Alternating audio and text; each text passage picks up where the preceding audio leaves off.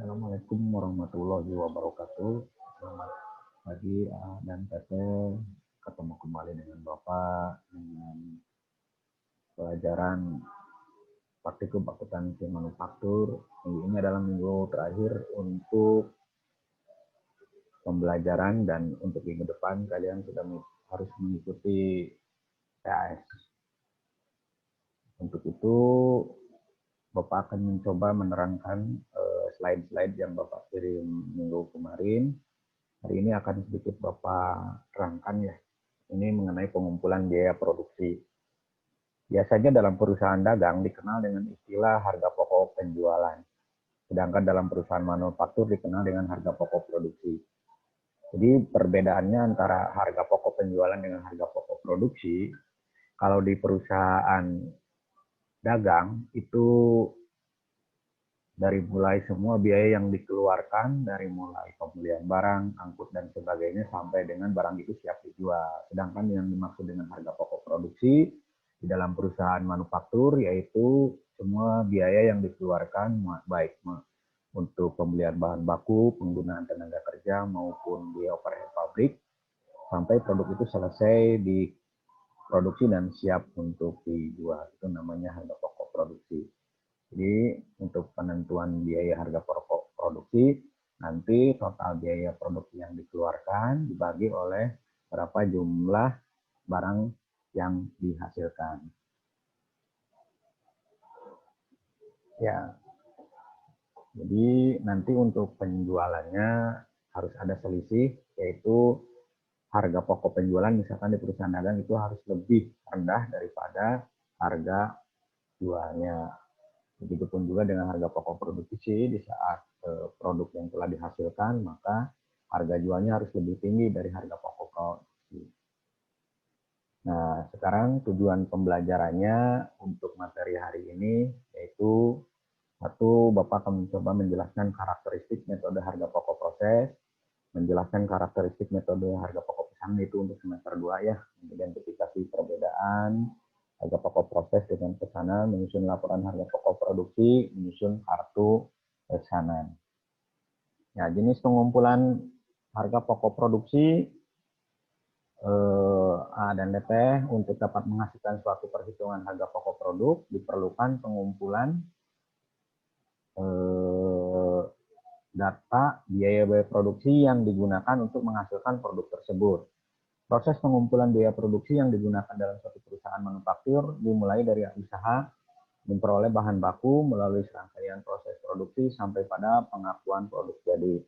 Secara umum, langkah dasar dalam proses produksi meliputi pembelian perolehan bahan baku, bagaimana cara membelinya, apakah secara tunai atau kredit, lalu pemakaian bahan baku, nanti akan adanya kartu persediaan, penggunaan tenaga kerja, baik langsung maupun tidak langsung, dan pengakuan biaya overhead pabrik, pembebanan biaya overhead pabrik, dan pengakuan produk selesai. Selanjutnya metode pengumpulan biaya produksi juga akan tergantung pada karakteristik produksi masing-masing perusahaan. Sistem produksi yang dilakukan oleh suatu perusahaan bisa berasal dari pesanan yang diberikan oleh pelanggan maupun berdasar pada produksi massal yang dilakukan oleh perusahaan yang bersangkutan. Berdasarkan hal tersebut, metode pengumpulan biaya produksi dibedakan menjadi dua, yaitu metode harga pokok proses dan metode harga pokok pesanan.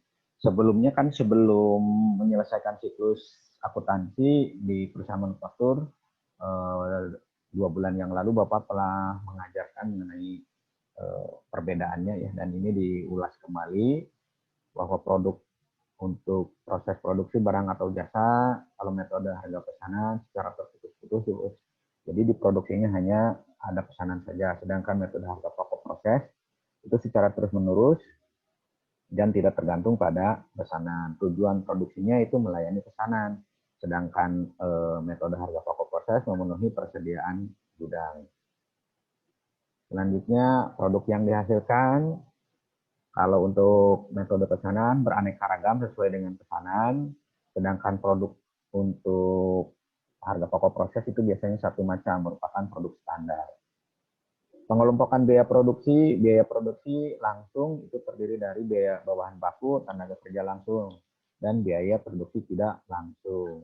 Ya, biaya produksi tidak langsungnya dikatakan biaya overhead pabrik. Sedangkan untuk harga pokok proses, biaya bahan baku langsung dan pembantu disatukan, biaya tenaga kerja langsung dan biaya overhead pabrik.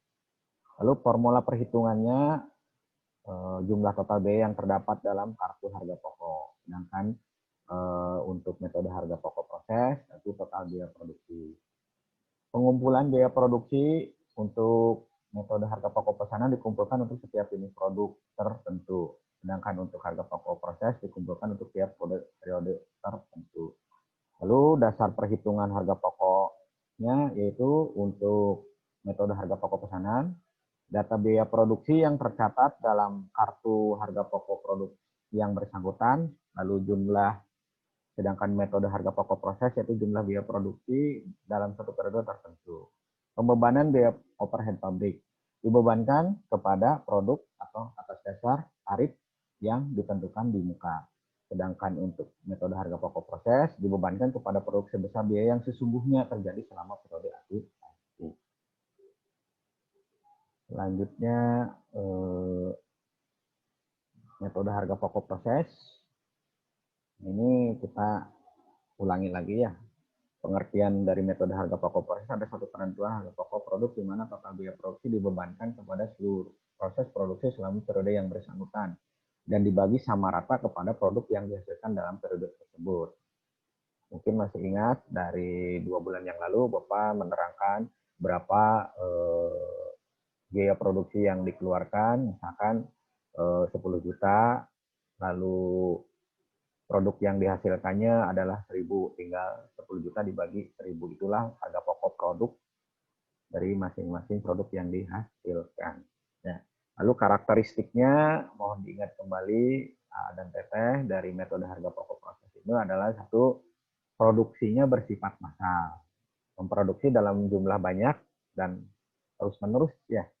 Lalu unit yang diproduksi bersifat homogen, artinya setiap unit produk memiliki jumlah biaya bahan baku, biaya tenaga kerja, dan biaya overhead pabrik yang sama. Lalu perhitungan total biaya produksi dilakukan setiap akhir periode. Itu adalah karakteristik ya. Nah, yang keempatnya itu biaya per unit dihitung dengan membagi total biaya dengan jumlah unit yang dihasilkan dari proses produksi. Selanjutnya, manfaat informasi harga pokok produksi. Apapun manfaat informasi harga pokok produksi yang dihitung dalam satu periode tertentu dalam perusahaan yang berproduksi secara massal adalah satu, menentukan harga jual produk. Dan kata hari ini Bapak hanya membacakan ataupun mengulas ya dari apa yang Bapak kasih. Sebenarnya materi ini tidak perlu disampaikan karena materinya sudah disampaikan, cuma takutnya dan teteh terlena dan tidak dibaca, jadi Bapak ulas. Siapa tahu dengan Bapak mengulas ini kalian lebih fokus lagi untuk melihat ke materi yang ini. Ya, sekali lagi, satu, menentukan harga jual produk. Biaya produksi dihitung untuk satu jangka waktu tertentu guna menghasilkan informasi biaya produksi per unit. Biaya produksi per unit ini merupakan salah satu informasi penting yang digunakan untuk menetapkan harga jual di samping informasi non-biaya lainnya. Jadi biaya produksi itu dihitung dalam satu jangka waktu guna menghasilkan informasi biaya produksi per unit. Biasanya dalam satu bulan itu total biaya yang dikeluarkan berapa, lalu unit yang dihasilkan berapa, lalu yang unit yang belum selesainya berapa, lalu nanti akan diketahui berapa biaya harga pokok produksinya per unitnya. Satu, memantau realisasi biaya produksi. Informasi biaya produksi yang dikeluarkan dalam periode tertentu dapat digunakan untuk memantau apakah proses produksi mengkonsumsi total biaya produksi sesuai dengan yang direncanakan sebelumnya. Jadi dengan melihat perhitungan-perhitungan dengan cara menjumlah total biaya dibagi dengan unit, kita akan mengetahui harga pokok per unitnya. Nah, dalam bulan tersebut, apakah realistis tidak sesuai dengan anggaran yang direncanakan, ataupun melebihi dari anggaran, karena selanjutnya akan berpengaruh terhadap harga jual dari produk kita yang dihasilkan. Jika harga produk kita yang dihasilkan lebih tinggi dari harga pasar, maka itu perlu sebuah kebijakan untuk menekan biaya-biaya agar produk yang dihasilkan oleh kita harga jualnya sama dengan minimal sama dengan produk yang dikeluarkan oleh perusahaan lain. Lebih bagus lagi, lebih murah, tetapi kualitas tetap dipertahankan. Lalu menghitung laba atau rugi periodik. Informasi biaya produksi yang dikeluarkan untuk periode tertentu digunakan untuk menghitung laba atau rugi bruto periode yang bersangkutan. Laba atau rugi bruto bermanfaat untuk mengetahui kontribusi produk dalam menutup biaya non-produksi dan menghasilkan laba atau rugi bersih usaha. Lalu yang keempat, menentukan harga pokok persediaan produk jadi dan produk dalam proses yang disajikan dalam neraca. Berdasarkan informasi biaya produksi untuk suatu periode, manajemen dapat menentukan biaya produksi yang melekat pada persediaan produk jadi maupun pada persediaan barang dalam proses yang harus disajikan dalam neraca. Nah, ini dalam penjurnal lainnya diulas kembali rumusannya.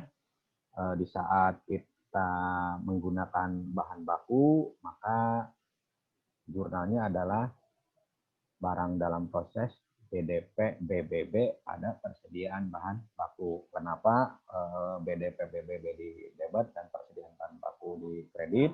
Karena persediaan bahan baku yang sudah dibeli oleh kita lalu digunakan, maka posisinya akan berkurang. Sedangkan persediaan bahan baku termasuk golongan aktiva lancar. Aktiva lancar berkurang berada di posisi di kredit. Ya, kalaupun mencatat pembelian bahan bakunya, maka jurnalnya adalah persediaan bahan baku di debit pada kas, kalau kas di kredit kalau pembeliannya secara tunai, sedangkan kalau pembelian secara kredit maka jurnalnya adalah persediaan bahan baku di debit pada utang usaha di kredit. Lalu di saat pencatatan tenaga kerja, jurnalnya hati-hati dan teteh bahwa jurnalnya bukan persediaan tenaga kerja untuk dikreditnya, tetapi utang gaji dan upah. Maka jurnal untuk mencatat biaya tenaga kerja, BDP BTK atau barang dalam proses biaya tenaga kerja pada utang gaji dan upah di kredit.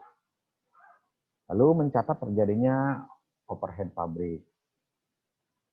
Nah, mencatat terjadinya overhead pabrik sama untuk di debitnya BDP, BOP. Lalu yang di kreditnya itu bisa disimpulkan, tetapi yang lebih bagus diikuti sesuai nama akun yang tersedia di daftar akun. Kalau di slide Bapak yang Bapak tampilkan itu berbagai akun kredit sebenarnya ini harus dirinci, yaitu akumulasi penyusutan kendaraan, biaya listrik pabrik, biaya asuransi pabrik, dan sebagainya itu di satu-satu ya. Tapi karena ini untuk mempercepat, jadi ditulisnya berbagai akun di kredit. Sebenarnya itu tulisannya itu nama-nama akun yang sesungguhnya ditulis satu-satu. Biasanya barang dalam proses BOP itu sangat banyak, bisa 10 akun, jadi nggak apa-apa, ikuti aja. Selanjutnya yang mencatat harga pokok produk jadi yang ditransfer ke gudang. Nah, seandainya si produk tersebut sudah selesai, yang tadinya dalam prosesnya ada di debit itu bergeser kembali kepada di kredit. Akhirnya kan nanti hilang si BDP-nya. Maka jurnalnya adalah di debitnya persediaan produk jadi berapa rupiah, lalu pada barang dalam proses biaya bahan baku, barang dalam proses biaya tenaga kerja langsung, dan biaya barang dalam proses biaya overhead pabrik di kredit. Bisa dipahami A dan TP, nanti di semester 2 kita sedikit praktek dulu ya, menghitungnya, ataupun nanti di akhir-akhir slide ada hitungan-hitungannya. Lalu mencatat harga pokok produk yang belum selesai.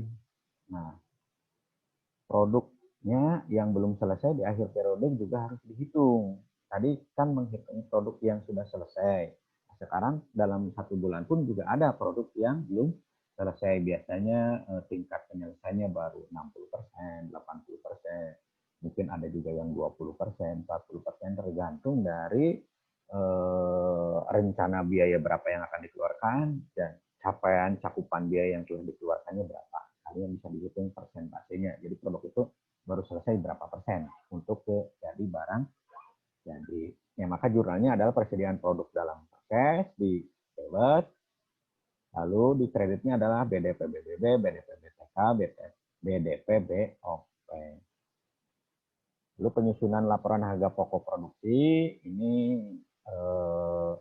pada setiap akhir periode produksi, perusahaan harus membuat laporan harga pokok produksi yang dibuat oleh setiap pusat biaya ataupun departemen produksi.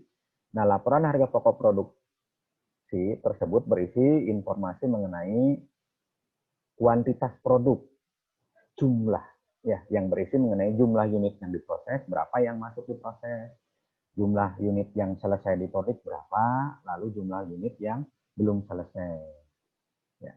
Jadi jumlahnya kan dalam satu bulan itu kan nanti rencananya ataupun dalam bulan ini berapa yang dimasukkan untuk diproses rencananya, lalu berapa yang selesai dan juga berapa yang belum selesai. Lalu pembebanan biaya yang berisi tentang total biaya produksi selama satu periode, satu bulan biasanya ya. Biaya per unit untuk masing-masing unit biaya, kita bisa untuk total biaya produksi ataupun juga berdasarkan biaya bahan bakunya untuk satu unit berapa.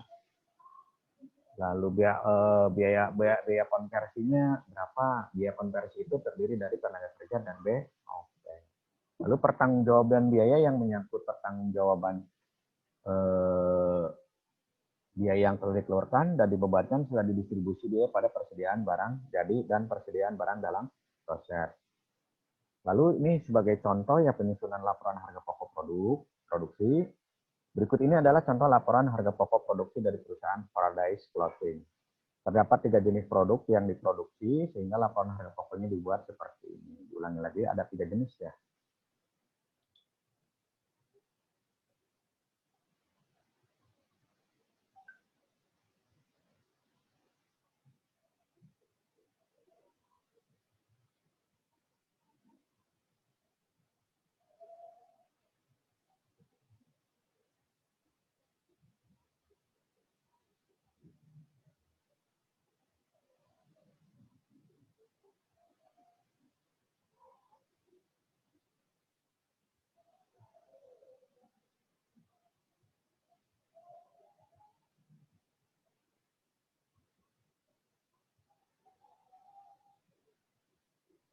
Maaf ya, ada sedikit trouble.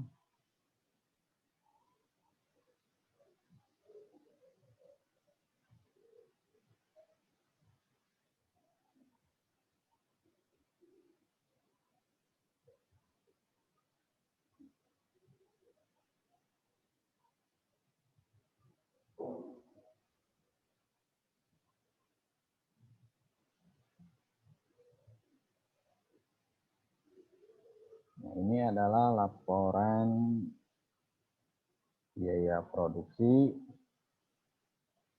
Nah, dari kalau akun, misalkan kuantitas produk masuk proses adalah 200 satuan. Produk selesainya 200 satuan. Berarti produk dalam prosesnya tidak ada karena dari rencana produk yang ingin diselesaikan 200 berarti selesai semua. Lalu biaya bahan baku yang dikeluarkan untuk 200 itu 10.500.000 rupiah. Lalu biaya tenaga kerjanya yaitu 3 juta rupiah, biaya overhead pabriknya 5.200.000 rupiah. Total biaya yang dikeluarkan untuk menyelesaikan 200 unit adalah 18.700.000 rupiah. Nah, di sini kita bisa mengklasifikasi untuk satu produk itu biaya bahan baku yang dikeluarkannya berapa. Untuk satu produk itu biaya tenaga kerjanya dikeluarkan berapa. Untuk satu unit produk yang dihasilkan BOP-nya berapa. Nah, ini bisa gampang caranya. BBB yang dikeluarkan dibagi satuan 200. Maka yang satu unit produk itu untuk biaya bahan bakunya adalah 52.500 rupiah. Lalu satu unit produk untuk menghasilkannya juga untuk tenaga kerja dikeluarkan 15.000 rupiah. Lalu BOP-nya yang dikeluarkan untuk satu unit produk itu adalah 26.000 rupiah. Jadi kalau ditotalkan berapa harga pokok produk untuk satu unit, yaitu 93 juta Rp500.000. Kalau kita kalikan kembali, alokasi biayanya yaitu harga pokok produk jadi 200 unit atau satuan dikali harga pokok produk yang dikeluarkan 93.500, maka sama yaitu Rp18.700.000. Nah, ini laporan biaya produksi yang follow Atun Project. Ya. Ini berbeda kalau yang di atas adalah selesai semua, kalau yang sekarang tidak selesai semua. Produk masuk proses itu rencananya di bulan Januari 2017 itu adalah 350 unit atau satuan. Nah, selama 1 bulan proses dari yang direncanakan 300 itu selesai 250 unit atau satuan. Lalu yang belum selesainya adalah 100 satuan. Total jumlah produksi yang diproduksinya tetap sama, yaitu 350.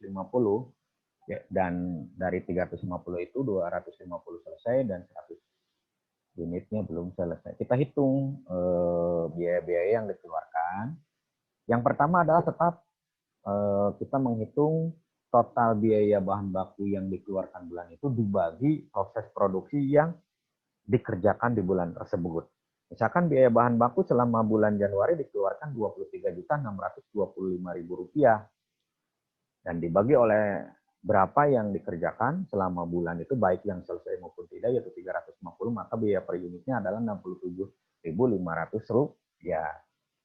Lalu biaya tenaga kerjanya untuk bulan Januari itu dikeluarkan Rp5.250.000. Dengan yang dikerjakan 350 unit, maka biaya per unitnya adalah Rp15.000. Lalu biaya overhead pabriknya Rp9.100.000.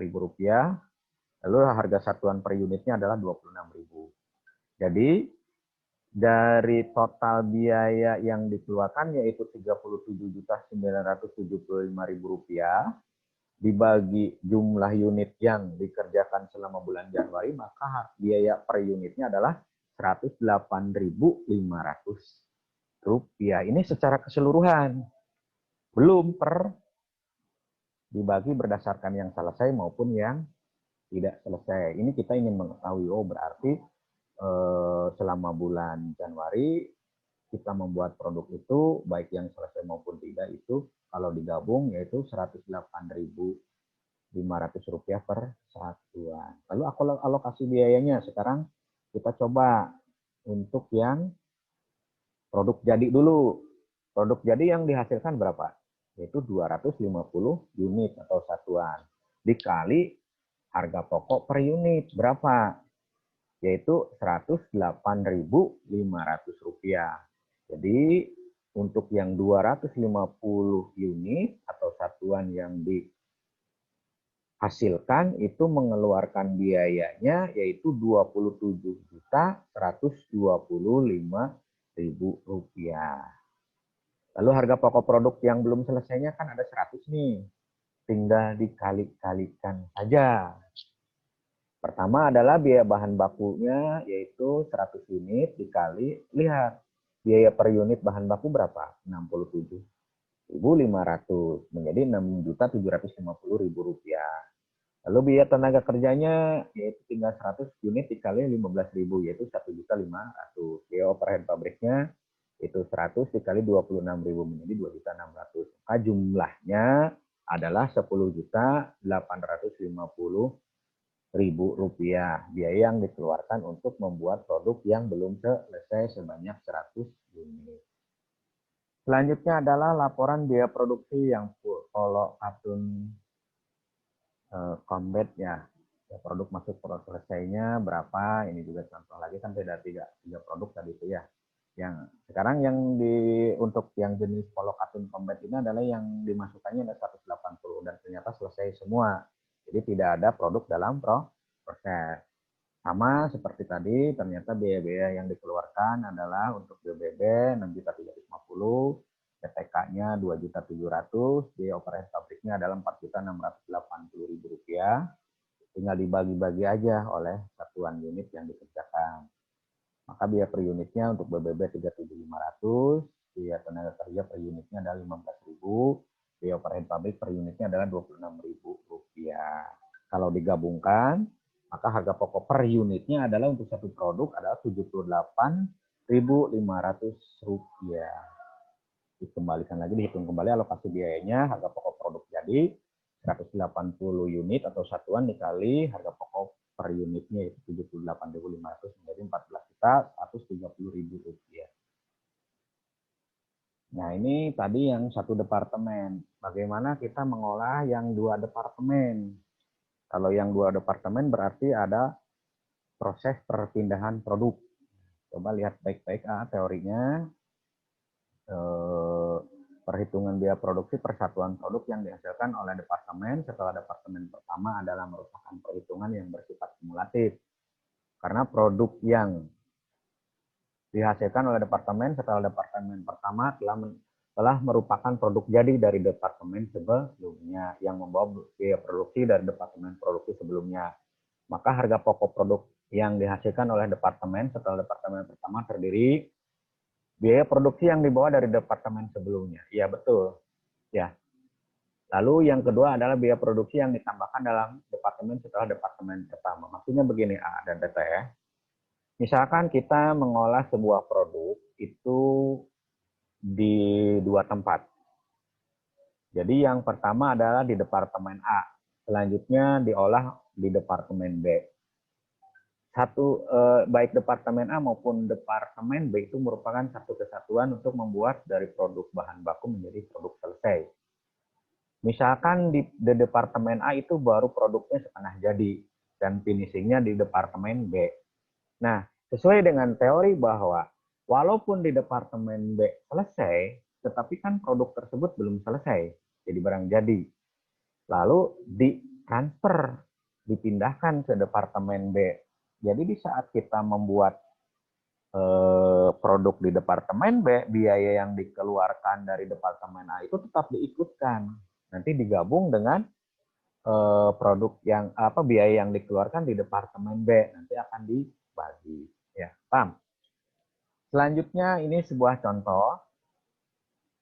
Ya, PT Permana memiliki dua departemen produksi untuk menghasilkan produknya, yaitu departemen A dan departemen B. Data produksi dan biaya produksi kedua departemen tersebut untuk bulan Januari disajikan dalam gambar berikut. Ini produk yang dimasukkan dalam proses itu 35.000 kg. Produk yang selesai ditransfer ke departemen B 30.000 kg. Ini berarti yang di departemen A itu waktu awal dimasukkan 35.000 rencananya. Selesainya 30.000. Berarti yang di departemen A itu yang belum selesainya adalah 5.000. Ya. Lalu ditransfer ke departemen B-nya. Di departemen B tidak selesai semua. Jadi di departemen B-nya ternyata yang 30.000 itu selesainya adalah 24.000. Berarti uang 28.000 itu merupakan produk jadi yang siap ditransfer ke gudang. Berarti yang di departemen A yang belum selesainya 5.000 kg, sedangkan di departemen B yaitu 6.000 kg. Pak, 5.000 dari mana? 5.000 kg itu didapat dari produk yang dimasukkan itu kan 35.000. Sedangkan yang selesainya adalah 30.000. Berarti 35 dikurangi 30 adalah 5.000. Sedangkan untuk yang departemen B kan yang datang ke departemen B yang produk selesai yang dari departemen A kan ada 30.000. Sedangkan yang 30.000 itu terselesaikannya cuma 24.000. Berarti yang 6.000 belum selesai. Lalu biaya yang dikeluarkan. Bahan baku selama bulan tersebut Rp70.000. Biaya tenaga kerjanya yaitu Rp155.000. Lalu BOP-nya yaitu Rp248.000. Lalu di departemen B untuk biaya bahan baku 0. Kenapa? Karena bahan baku sudah dimasukkan di departemen A. Jadi yang di departemen B itu hanya menyelesaikan dari produk yang belum selesai di departemen A. Biasanya di departemen B itu hanya mengeluarkan tenaga kerja dan biaya overhead pabrik. Akan tampil biaya tenaga kerjanya adalah Rp270.000, Lalu biaya overhead pabriknya adalah Rp405.000.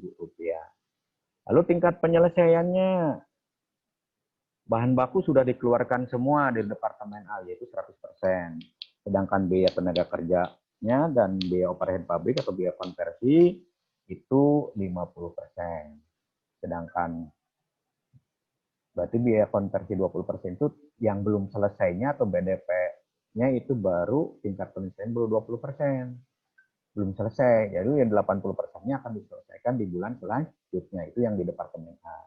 Sedangkan di Departemen B, biaya bahan baku tidak ada karena sudah digunakan di Departemen A, jadi cuma hanya melanjutkan.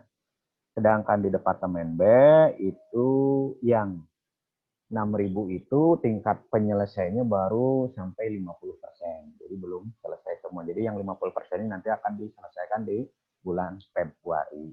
Itu perhitungannya harga pokok produk per satuan departemen. Untuk biaya bahan baku itu Rp70.000, tenaga kerjanya Rp155.000, biaya overhead pabriknya adalah Rp248.000. Diulangi lagi, untuk unit ekuivalen itu adalah kesetaraan. Nah, bahan baku kan digunakannya 100%, berarti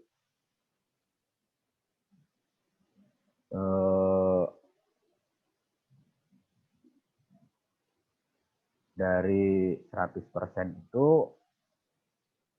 berarti sama, yaitu tetap 35.000. Jadi nanti 70.000 dibagi 35.000, maka biaya produksi per kilonya adalah Rp2. Lalu tenaga kerjanya di Departemen A itu adalah 20%. Berarti yang 31%-nya itu 31.000. Ya.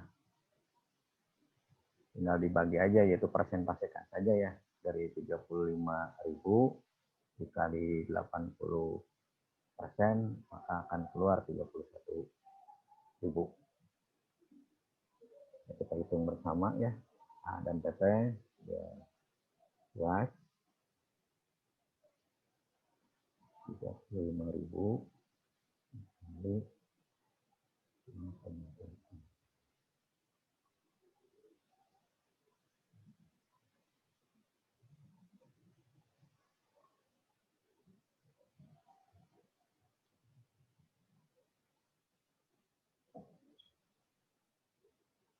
Untuk unit ekuivalennya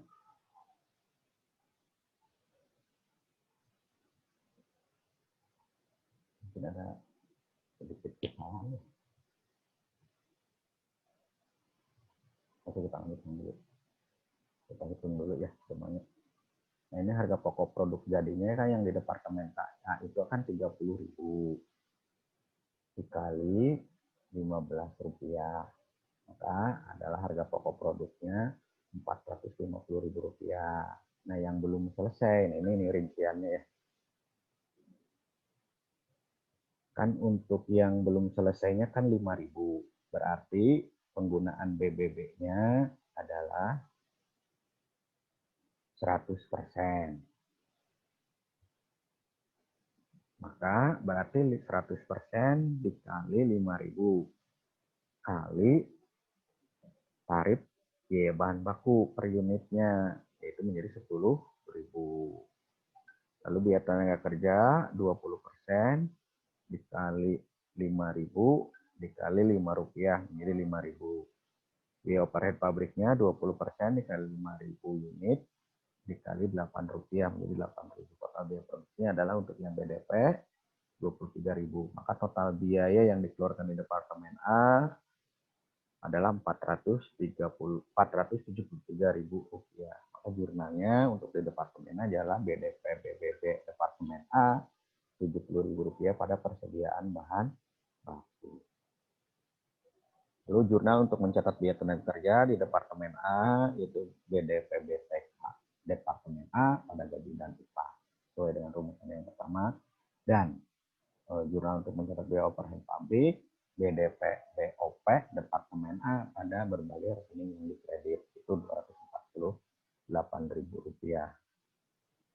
Untuk jurnal untuk mencatat harga pokok produk jadi yang ditransfer ke Departemen dari Departemen A ke Departemen B, maka BDP BBB Departemen A Rp450.000 pada BDP BBB Departemen A, BDP BBB Departemen A, maaf BDP BTK Departemen A dan BDP BOP Departemen A. Makanya diambil dari yang telah dihitung tadi. Lalu jurnal untuk mencatat harga pokok persediaan produk dalam proses yang baru selesai diolah dari Departemen A. Pada akhir adalah persediaan produk dalam proses Departemen A pada BDP BBB Departemen A, BDP BTK Departemen A, dan BDP BOP Departemen A. Angkanya juga sama diperoleh dari perhitungan yang tadi telah dilaksanakan. Lalu perhitungan harga pokok produk per unit persatuan unit di Departemen B. Tadi udah diketahui angka-angkanya, sedangkan BBB-nya tidak ditampilkan karena udah digunakan di Departemen A, yaitu tenaga kerjanya, total biayanya udah ada, unit ekuivalennya juga udah ada, ya tinggal dibagi-bagi aja. Maka untuk tenaga kerja itu Rp10, BOP Rp15.000, lalu biaya per unit untuk per 1 kilogramnya adalah Rp25. Lalu perhitungan harga pokok produk jadi yang selesai dan persediaan produk yang dalam proses di Departemen B. Harga pokok produk selesai yang ditransfer di Departemen B yaitu yang harga pokok dari Departemen A 24.000, kan ini udah selesai ya.